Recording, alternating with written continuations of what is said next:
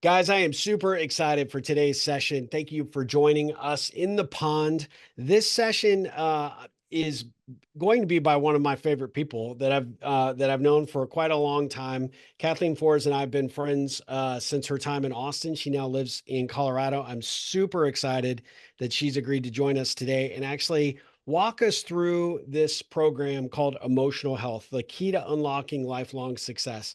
First and foremost, Kathleen, welcome to the pond. Welcome to our live session today. How are you doing today? I am doing great and thank you. And Steve, you're excited about everything. I do get excited. I'm an excitable kind of guy. I know.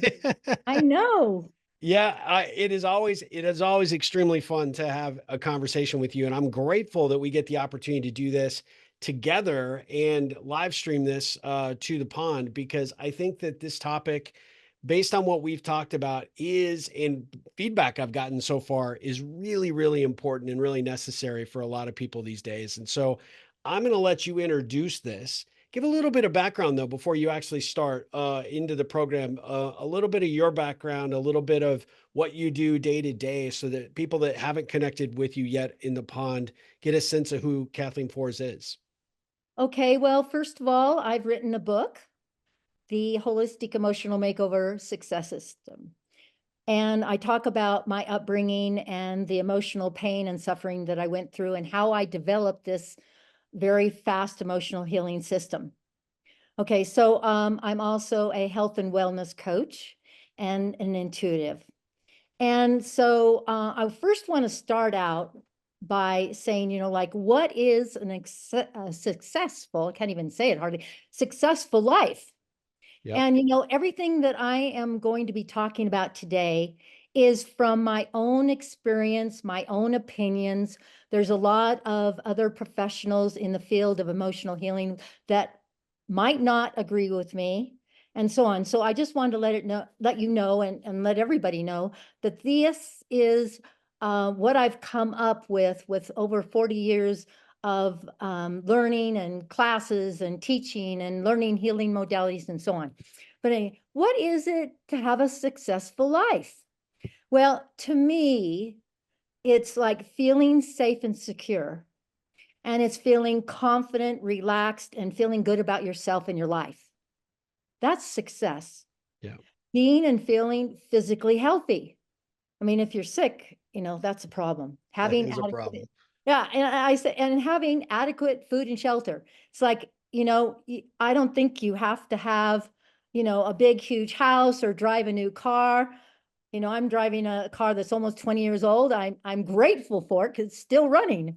Yeah. But anyway, and having a purpose or an interest that lights you up, that really makes your life exciting. And maybe, it could be basket weaving or whatever. But if it lights you up, you're doing great. And then being present in the moment, totally present. Some people call this pure awareness, but it's extremely valuable. And we'll talk about that later. And then having a like-minded community based on mutual respect and support. And thank you, Steve, for creating this community. Thank you for acknowledging that. I appreciate that very much. Okay. So what does emotional health mean? So one of the foundations of emotional health is being able to be aware, conscious, and feel your own emotions. And this is a major problem for a lot of people. And if you ignore your emotions, especially anger and so on, and suppress them, it can cause all sorts of problems. So one of the consequences, I'm reading my notes here, is emotions buried alive never die, which Mm, means they can surface unexpectedly, causing you to be reactive instead of responsive. Now, this one principle is the reason why I had so many problems. I had a 22-year binge eating disorder. I had a serious inflammation problem for 5 years that was physically painful and disability, it restricted me from movement and so on, but a lot of other problems, which I'll talk about later, but not being able to feel my emotions was a big problem. Not feeling safe, I think is one of the feeling your emotions is one of the major reasons why people have addictions, because, excessive work, using alcohol, being on social media, over exercising. There's a lot of things that people do to avoid being present and feeling their emotions. Yeah, those would otherwise be known as vices, right? Those are the things that we Yeah, go you to could just, call it. Yeah, yeah, yeah. yeah. Okay, so when a person stuff or ignores their anger, this can cause all sorts of problems. In my book, can you see that? Messages from the Your body? background's blocking it out a little bit. Unfortunately, at Zoom, Okay. yeah, the message is from the body. I see it now. Yes. Yep. This book it's by Michael Lincoln, and anybody who's a coach or a healer or a therapist should have that book. I mean, I'm saying should, but it has over 700 pages of health problems that are related to emotions. And a lot of that is suppressed anger. Okay. Well, So, okay, getting back now, I just want to let everybody know that one of my foundational blocks for my fast emotional healing program, I have a special report where people can go to my website and get it for free. And it talks about how to process unwanted emotions. It's very powerful. It's so easy, though. I think people, a lot of overlook it, but it explains how, when, where, and everything about emotions and how to process them with grace and ease. And it's critical to do that. So I hope that anybody interested in learning that will go to my website and get that report. and I've just put that into chat for those that are on the call today and those Okay. that are going to catch this on the replay. It's Kathleen Fors, FORS.com. Thank you. Yep. Okay, so I want to mention some other things that relate to having optimal emotional health, and that's being able to keep your agreements, having integrity, having healthy boundaries, and be able to express them appropriately, and being able to take other people's behavior without taking it personally. And I That's have a to big say, one. That's a really big one. I had to work on that for a long time to get that. I think I'll I'm tell still you. working on it. I understand Yeah, well, completely. okay. Then to be able to take responsibility for what's going on in your life without, guilt and without blaming others, because it's so easy to do that. Yes. And to also be in the flow of life without trying to force an outcome, because many people are trying to control what's going on, and that just doesn't work. No. And you have to be comfortable with change and the unknown. If you're not comfortable with that, you can have a lot of problems, because that's all there is right now, That's is right. change and the unknown. You've got to be able to consider other people's perspective without the need to be right. That's a big one. Yeah. You have to feel safe expressing yourself with appropriate discernment, like really speaking your truth. And the last one, which I think is like one of the most important, is you must feel whole and complete, like there's nothing missing, without needing anything from the outside. Having this really sets you free to be your authentic self. Now, there's a few more things that you need or that are optimal to have, and that's regarding wants and needs. Of course, we all want wants, right? Wants are normal. Yeah. But if you have a need, what that means, according to my work, is that you don't really have control over your behavior when you have a need. So optimal emotional health means that you are free from the need to please others. You are free from the need to worry about what other people think and say, because no matter what you do, people are going to criticize you and, Yeah. have opinions about you no matter what side you take. Being optimally emotionally healthy, you are free from the need to be accepted and to belong. Because if you have that need, you're not going to be authentic and, you try to manipulate things and so on. Also free from the need of approval and acknowledgement. I had that. I had the need for acknowledgement and approval, and it got me in a lot of trouble. Also, optimal emotional health is being free from the need of looking good, free from the need of comparing yourself with others. Everybody has their gifts. Be free from the need of power and to win. That's helped me a lot in competition. I do my best, but if I don't win, that's okay. Being free from the need to tolerate other people's disrespectful behavior. Being free of the need to self-sacrifice. Like, the old saying, if you want something done, find the busiest person and give it to them. Because they never said, and they get things done, right? Yeah. But they're also self-sacrificing themselves. And the need to be invisible. Those are just the main ones. In my emotional fast healing success system, I have over 250 needs. So this is just Wow. the main ones. So this what you've created is really a framework for starting to address specific areas in your life, right? That are really important, that are often ignored, that we don't focus nearly enough time or attention on to help you gain more control. And part of that control requires that awareness that you were speaking about, right? Number one, setting up that goal to be happy and to be living life to its fullest. Many of us go through the process, right? And we think these are the cards we've been dealt, whether it be the career path, whether it be the direction life has taken us, the broken relationships, the challenges that we might face, financially, et cetera. And we just kind of give up, right? Trying to realize that we have the control. But what you're really saying is you do have control, but it starts from within here. And you've got to control that first before you can actually start to really manifest to make things happen anywhere else in your life. Am I on the right track? I love what you said, Steve.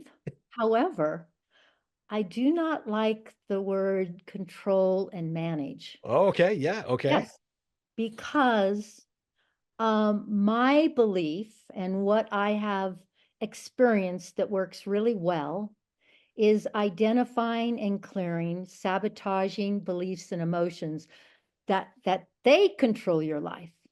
And when you can identify and clear those sabotaging and beliefs and emotions, the problem no longer exists.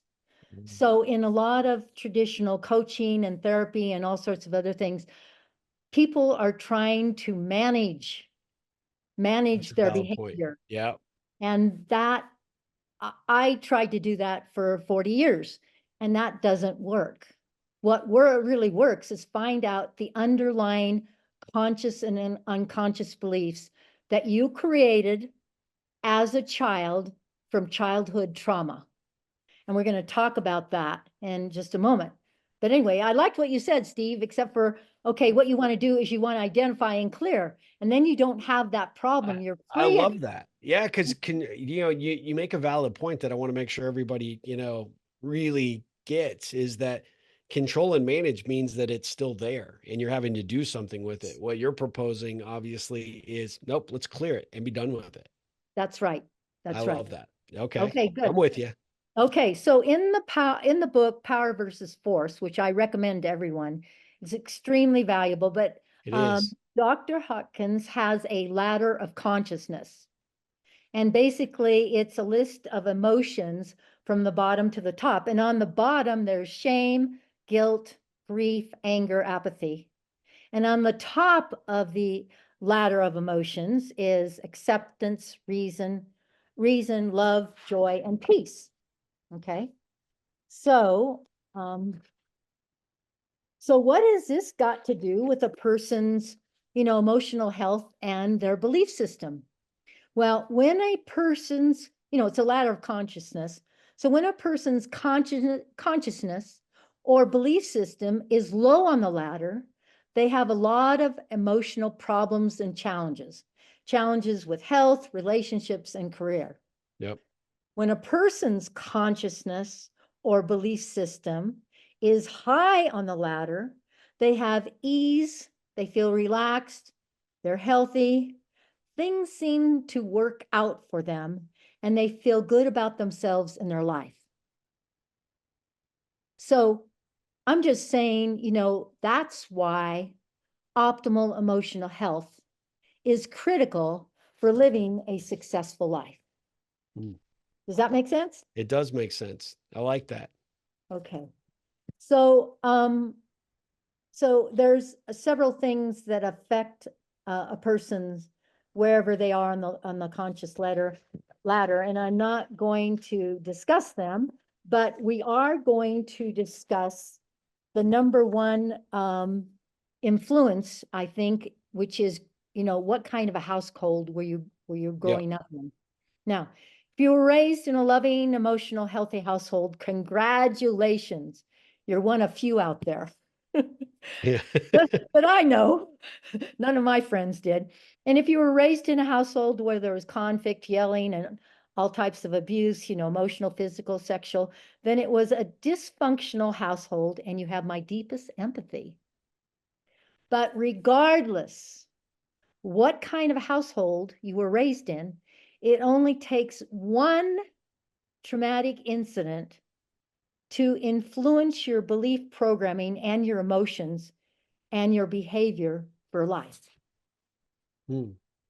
In some ways, that's very scary, but in some ways, wow, we get to the problem right away. Yeah. Okay. So when somebody has a traumatic incident, the first thing that happens is they have these unwanted emotions come up, like anger, fear, you know. So out of these emotions, we create our limiting beliefs, like I'm not good enough, I can't have what I want, and so on. These beliefs create our thinking and our thoughts, which influence our actions or no actions. Like no action is an action. And all these actions produce our results in life, our health, our careers, our relationships, and so on. Now, that all happens when we're a child and our brain is undeveloped and we have very few spindle cells in our frontal cortex that know how to process emotions.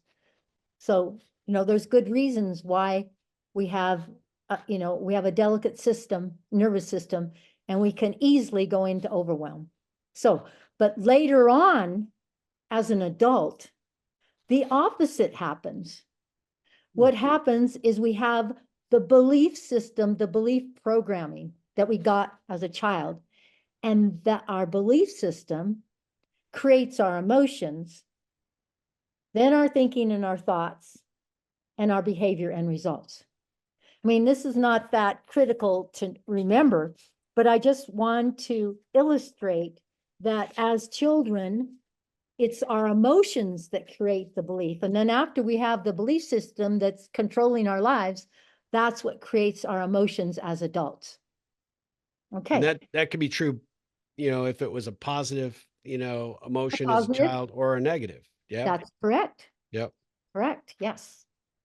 So to illustrate this whole, um, you know, uh, principle, I'd like to share my story. And Steve, I know that you know my story because you read my book. But anyway, when I was 3 years old, I wanted to be picked up by my mother. I was yanking on her, her skirt and stuff, and I wanted to be picked up, but she refused.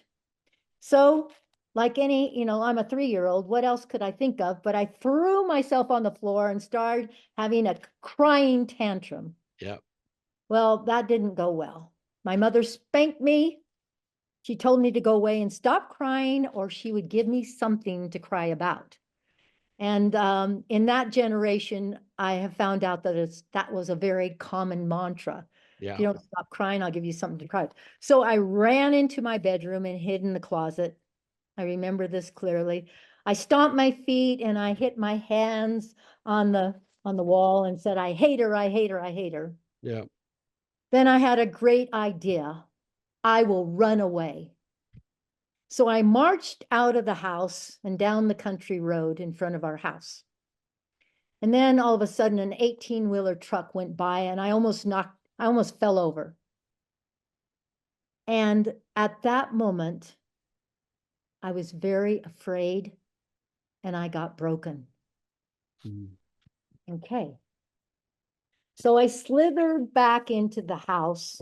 My mother didn't even notice I was gone, but I created all of these beliefs, very, very sabotaging beliefs that caused me tremendous emotional pain and suffering the rest of my life. And here's some of the beliefs that I created. I can't take care of myself. I need somebody else to take care of me. I don't deserve and I'm not worthy of having what I want. I need to please others to get attention, the attention I need to survive. I'm a 3-year-old. I can't make it on my own. I can't ask for what I want. I can't say no. I can't be empowered. If I get empowered and say, hey, I want some attention, and if you don't give it to me, I'm going to have a tantrum. Can't do that anymore. No. And if I was good enough, this is how young kids feel, because until they're like 8 or 10 years old, everything that they happen is centered around them. They don't really have the distinction of being a separate person. But the other belief is if I was good enough, my mother would love me the way I wanted to be loved, if I was good enough. So right then I felt I wasn't good enough.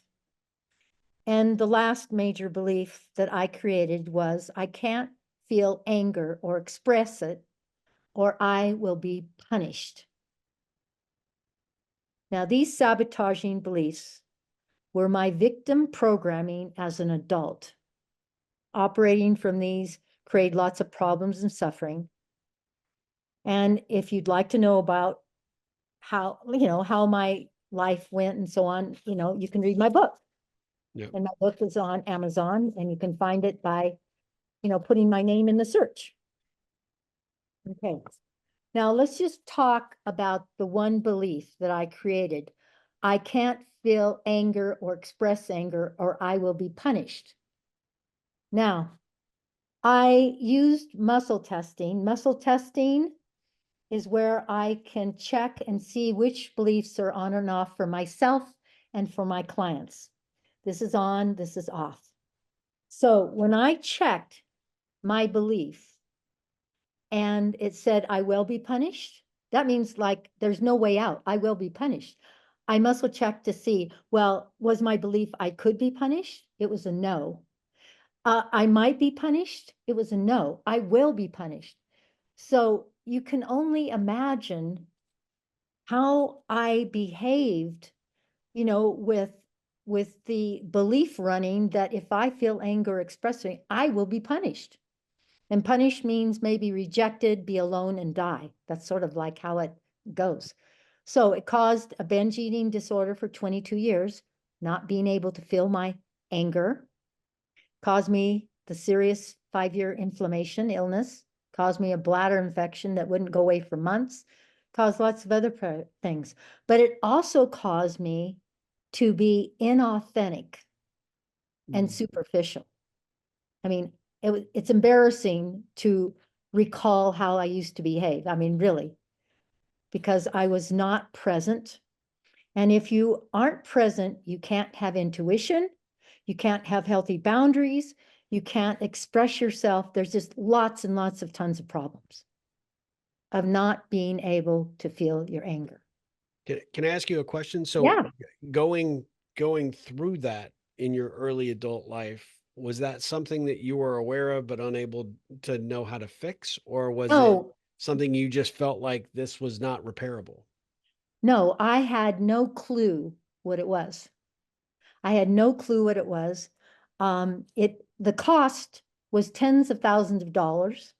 It cost me relationships, cost me careers, it cost me money, emotional pain for like 60 years. But no, I didn't have a clue. I did not have a clue. I was on automatic. As soon as this anger started coming up, hey, I wanted to binge eat because that would numb me out. Yeah. And I'm sure that's what happens with people who don't feel safe feeling their emotions because they were raised by a controlling parent who tried to put them in a box, and they didn't feel safe being themselves. So it felt dangerous, and they used alcohol and all of, drugs and other things to numb themselves out. Yeah. Now, when I think of not being able to, feel my anger, I also think about Steve Jobs, the founder of Apple, who was a genius and a visionary that that drove him to create computer program beyond anyone's imagination. Yeah. So this guy was like a genius. He also practiced, I don't know if you know this, he also practiced meditation and yoga. Yeah. So he was very interested in being mindful. Okay. But he had another belief that I think was a detriment, and that is that he believed in screen therapy. And the whole premise of screen therapy is to, like, whatever emotion you have, have or feel, just scream it out. But the only problem is with that, he sometimes screamed at other people, Yeah. Yeah. and that doesn't work. I mean, it just doesn't work. So, you know, there was a time where he was considered a genius at developing the vision and so on, but he didn't have any background or any experience running a company. So he did develop a board of directors, like a lot of companies have, and he persuaded the Pepsi Cola CEO to come and be the CEO of Yeah. the company. And after some time, Steve had this vision, and the board was in disagreement with his vision, and they demoted him. Now, I can only imagine Steve being with this scream therapy that he must have been screaming for days or whatever. And so I think that his anger, because I don't think you can really scream without actually having anger. I mean, you can pretend, I guess. But anyway, I think it took its toll on him physically. At 48, he came out down with pancreatic cancer, and 9 months, and he went to India, I think, to try and heal himself by alternative methods that did not work. He came back after 9 months, and he had an operation to move his part of his pancreas and his gallbladder and part of his intestine. And then he, came back to work and so on. But later on, 5 years later, he had a liver transplant. And I don't know if he was still practicing screen therapy or not, but in 2011, at age 56, he passed away. But what I want to say is that he had the right thinking about expressing his emotions, Hmm. but he didn't have the access to people who could help him identify and clear the sabotaging beliefs that were creating his anger. Does that make sense? Yeah. And I They think that's probably the case for a lot of people. Either they don't acknowledge or don't realize how this works against them in their life and every aspect of their life, or they're too ashamed, to have that conversation with somebody else, to release that to a coach or to a therapist, or seek out guidance on how to handle those types of things. I do know, going back to Steve Jobs for a second, I read a lot about him, and a lot of those early days when he first had the diagnosis, he was committed to solving the problem on his own a lot, right?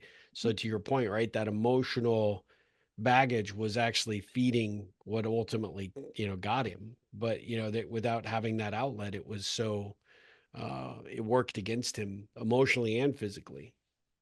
Well, I think because he was like a visionary Yeah. expert, whatever. that he could, you know, have a lot of expectations from his point of view and his Sure. thinking and stuff that didn't deliver, or, he could have had a lot of limiting beliefs about why aren't people seeing my vision? Why aren't people delivering on my expectations, and so on. And he could have have had no patience. Yeah. Yeah. He was a driven person. And That's and very maybe true. and so that, I think, and in the 90s, there weren't that many healing modalities out there like there are today. There's like hundreds of them.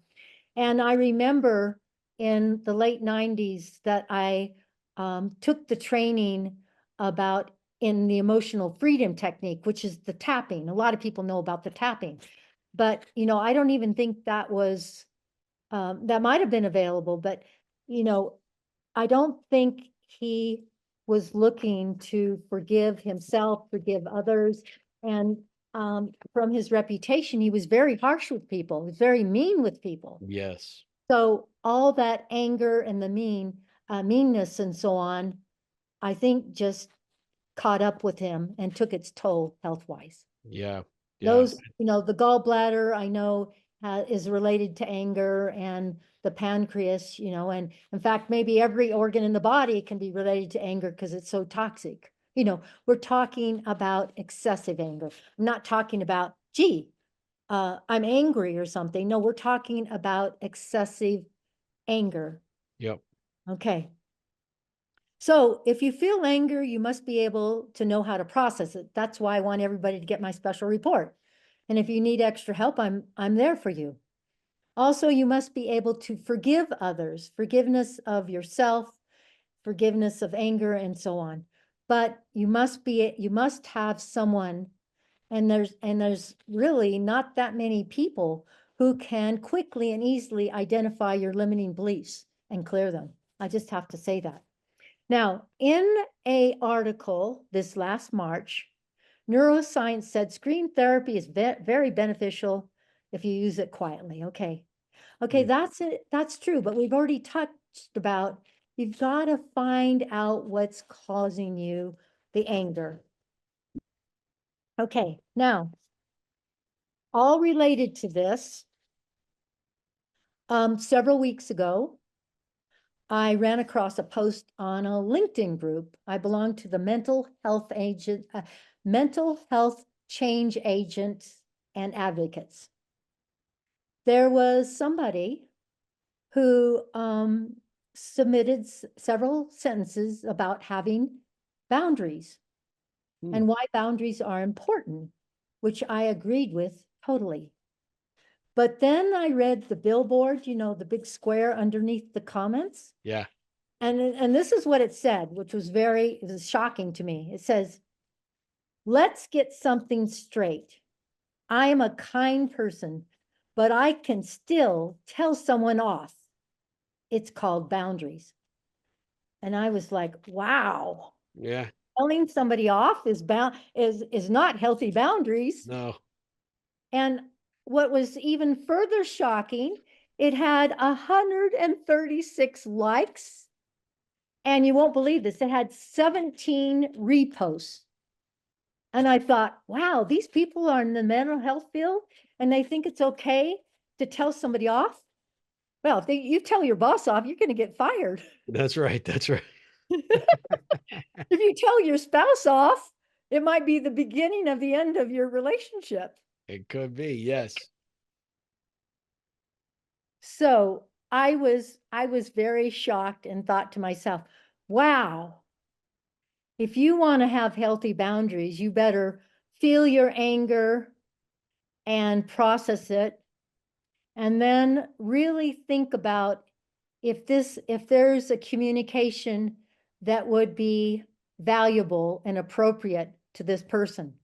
Because some people who are not open to coaching and they're the boss and they're in control, is it really worth it to share how you feel? I mean, sometimes it is, but when you share your communication, it has to be kind, it has to be civil, and it has to come from conscious language, which means how you feel.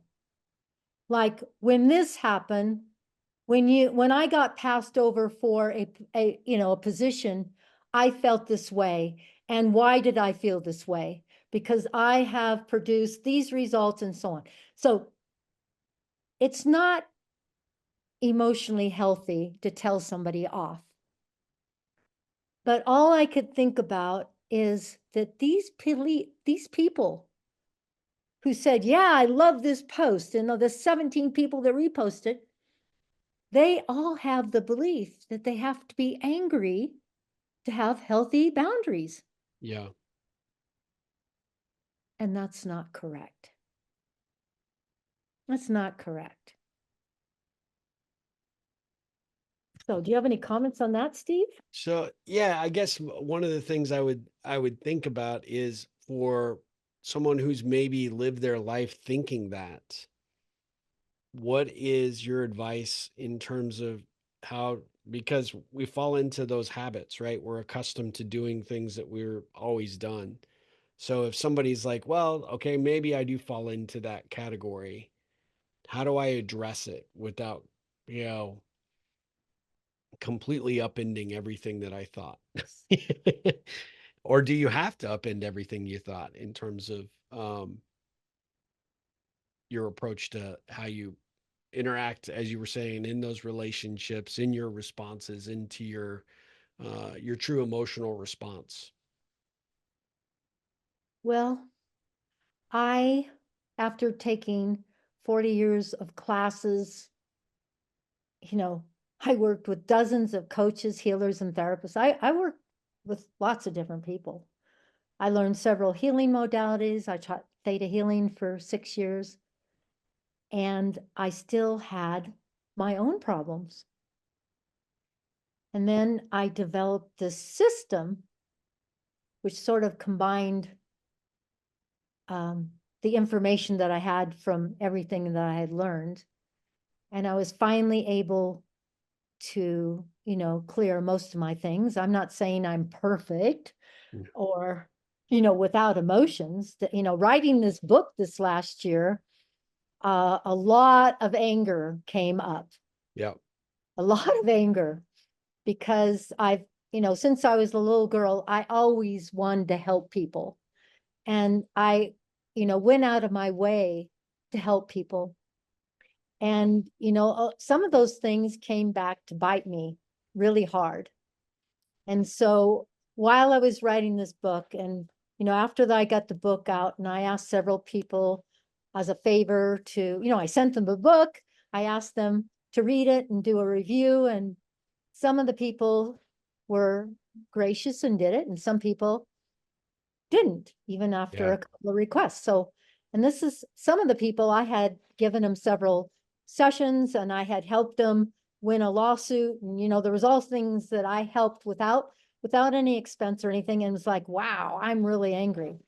Yeah. So I processed my anger, and I had to do that also because I started having physical, I was so proud of myself for feeling angry.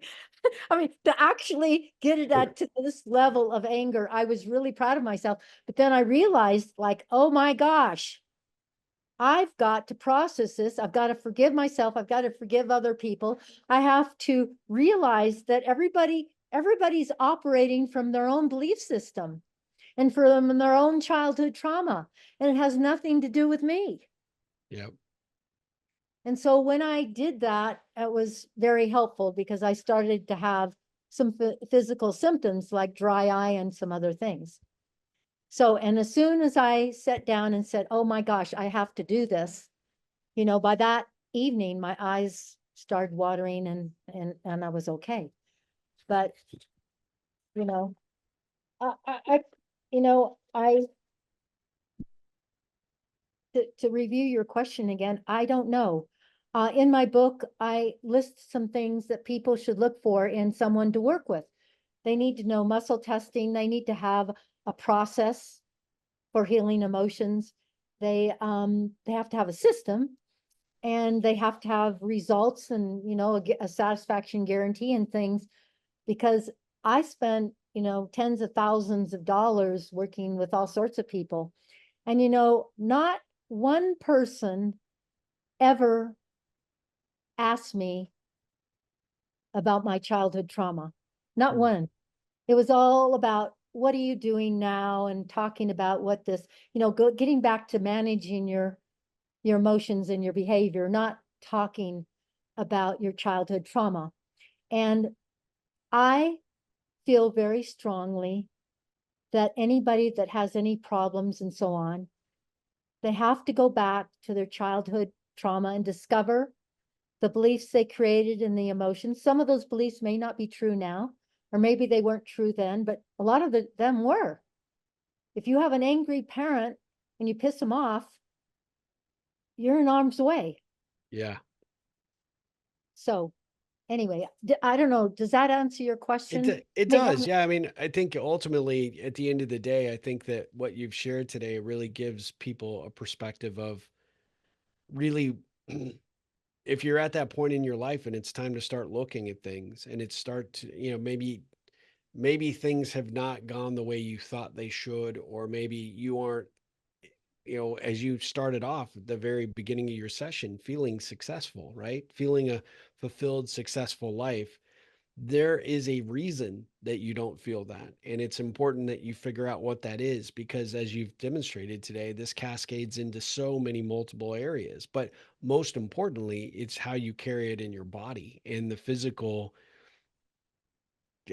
I'll say challenges, but really the ailments that it brings because of it, right? Whether it's, reliance on drugs or alcohol or eating or, emotional relationships or not being able to stick to something and follow it through to fruition. Finding other ways to or other vices to deal with the emotional pain, you're never going to get away from it until you face it head on and start to attack it. And really the reality is, I think, and you and I talked about this even when we recorded for my podcast, is that the the beautiful thing is when you start asking questions and you start realizing that yes, this is limited you in a big way, then it's kind of like you open up like this box of opportunity to see a completely different possibility for your life, right? It's a gift in a big way. It doesn't mean that you don't have the struggles and the challenges to when you're doing the work. That's tough and it's hard and it can be scary. But at the end of the day, the reward on the other side when you can break through, and you're a living, breathing example of that, right? You are, you're in your 70s living your best life right now to the fullest I extent. am Yeah. living my life beyond my wildest Yeah. imagination. Yeah.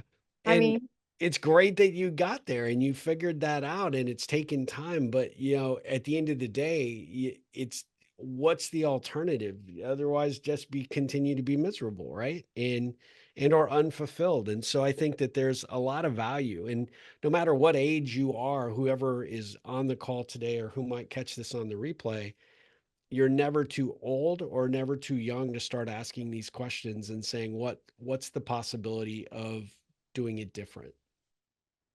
it's what is possible with a new belief system and clearing out the old belief system that is filled with, limiting and sabotaging beliefs and emotions.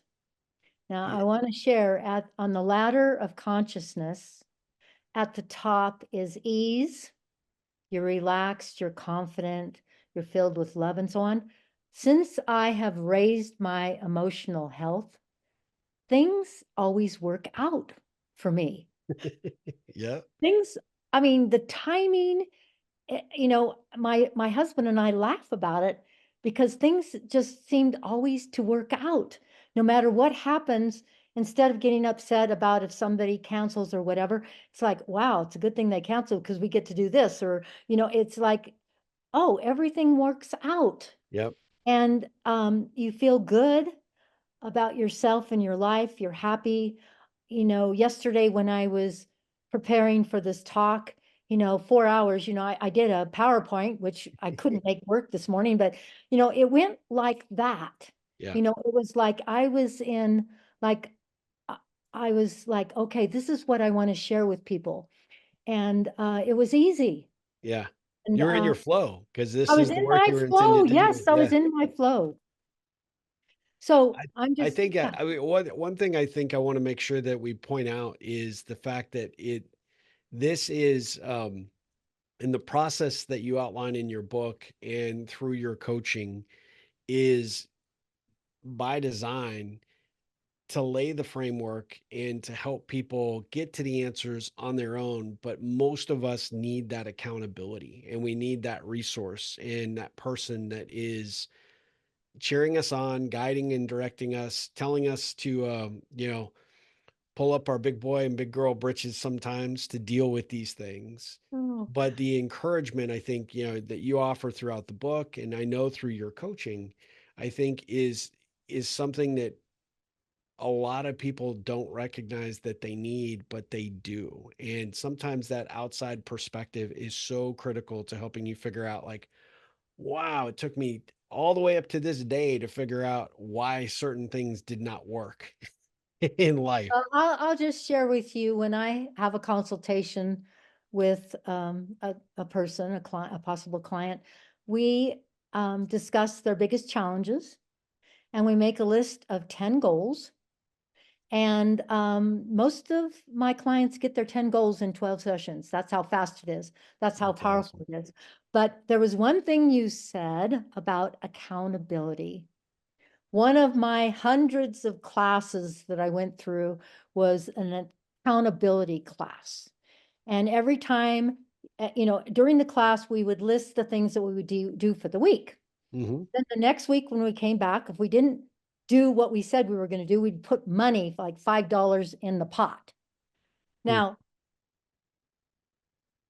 I just want to say, there's a saying about like feel the fear and do it anyway. Hmm. Well, for decades, I had fear, but I did it anyway. But it was like knocking my head against the wall. Accountability didn't matter. If I did it and I did it wrong, it didn't work. So that is why optimal emotional health and having an empowering belief system is critical for living a successful life. I just had that saying there. Oh, I like that. And then the other saying was, do what you love and the money will follow. Yeah. For decades, I heard that. It was in every book and every talk and Oh, everything. yeah. And I thought that was a bunch of BS.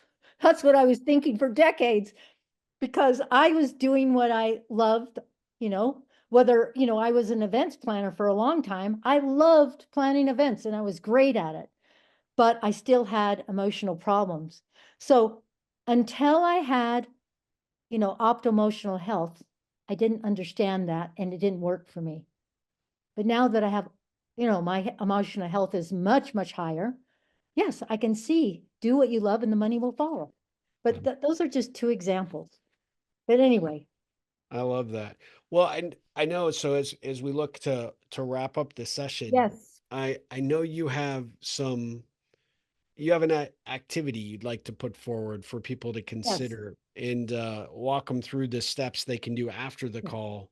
And I yes, just want to encourage everybody really write these down. Pay attention to what Kathleen shares here because they are. Kathleen and I did a subset of this just on a one-on-one coaching call that we had together, and it was incredibly enlightening in terms of the approach and really uncovering some things and my own limiting beliefs in a few areas. So I think you'll benefit from this greatly, but really more to the point, it starts a conversation with yourself internally, but it also gives you some very unique insight that might be helpful for you to seek out Kathleen to talk through a bit more about what you uncover. So I just yes. want to I'm give that little happy. I'm preface. happy. I'm happy to have a conversation with anyone if they'd like to discuss anything. Okay, so what I'd like people to do, this is like an assignment. If they choose to, do the assignment. So first of all, so get a piece of paper out and pen. And so number one, close your eyes and think of the very first traumatic situation that you can remember. So number one, close your eyes and see if you can remember that. Number two is to write down how you felt. What were your emotions about that incident? Were you embarrassed? Were you disappointed? Were you angry? Did you have shame, guilt? Did you feel abandoned, unimportant? Write that down. Okay, number three, write down the beliefs you created. Like out of that incident, what were you thinking? Did you think, gee, if I was enough, this wouldn't happen? What's wrong with me? Am I not enough? So write down the beliefs that you created or made up. Number four, look at the beliefs and decide which ones were true and which ones were not true at that time. For example, I had one client who said, I really felt unwanted because my mother worked at work. My mother worked at night and she left me. And Mm, the truth is she was trying to provide more for the family. That was the truth. But if you felt deserted and abandoned, that was a honest evaluation for mhm. a 3-year-old. Okay. Number five, now that you are a capable adult, say, now that I'm a capable adult, write that down, and you're not dependent on others for survival, is it okay for me to let go of the limiting beliefs that I created as a child and let go of those emotions? And see if you can do that. Now, I personally went through a year's program where I did every belief and every limiting belief for every year of my life. And I know where the beliefs came from, where, when, how, when, and everything, and who did, everything. And I got rid of about half of my beliefs, but there were some that it didn't matter. I did collages of them. I, I knew everything about them. I dissected them purely, and I couldn't get rid of them until I used a alternative healing modality to clear those. Okay. Now, number 6, the last step. Can you forgive yourself and forgive others, you know, for your beliefs, your thoughts, or if somebody disrespected you or harmed you in any way? Can you forgive them? So hopefully, this little exercise can help you have a little more insight in what you created, during this first childhood trauma. Uh, Over to I you, Steve. Yeah, well, I greatly appreciate that. I think that there is so much to unpack there. I encourage people to be sure you go through those steps and don't just write it down and just sit with it. Really, really think about what is coming up for you, and don't just go through the motions of doing this. Actually, spend some time, find some opportunity to sequester yourself away from any distractions, and really dive into these 6 steps that Kathleen suggested. Because I think you'll be amazed at what comes up if you allow the space to do it. Um, I know that, and at least one person that's going to be on the call today really is committed to trying to do this because they're dealing with some pretty heavy stuff from their childhood. And I think that'll probably manifest in a conversation with you, Kathleen. But I also encourage anybody to find Kathleen in the pond and reach out to her and have an exploratory conversation and see, after you've gone through this exercise, see if there's an opportunity for you guys to do some work together. I can't begin to thank you enough for this session, Kathleen. It's very, very insightful. The work that you've put in your own life proves that this works, this process, this approach. It has significant value. But the thing that I love about it is that you can easily attribute it directly back to what you've experienced and how you've gone through. And knowing you like I do, and just seeing this transformation that you've even gone through, it's very inspiring. And so I'm so appreciative that you're sharing this gift with us. Well, thank you, Steve, for having me on your show. And I deeply appreciate you. And, I feel like this community that you have created is really awesome. So thank you so much. Well, And thank you. I hope this has been helpful so people can really understand how how their emotional health is impacting their life, and that it's there is an answer now to to their challenges. Yeah, I love it. Well, I highly encourage everybody to reach out to Kathleen and connect and via the pond. I know you're in there and you check your messages, so I appreciate that. And your links are already on your profile for your website, but it's Kathleen Fors.com. That's a great place to go and take advantage of the test, right? That you were mentioning. The questions. Quite question, yeah. So yeah, that'd be an opportunity for you to get the link right from the website and to find your book on Amazon, right? They can order through Amazon or order off of your website as well, Well, or just Amazon. they can order a digital off my website. Okay, perfect. Yeah. So That check that that out. that special report is also very critical. Yes, absolutely. And Okay, that's on your website. that is correct. All right, Thank fantastic. you, Steve. Thank you. I appreciate it. Always a pleasure to Yeah, always connect with you. yeah. Thank you so much for your time. And guys, we appreciate it. Let Kathleen know what you thought of this session, and we'll see you again on a new session in the pond very soon. Until then, ripple on.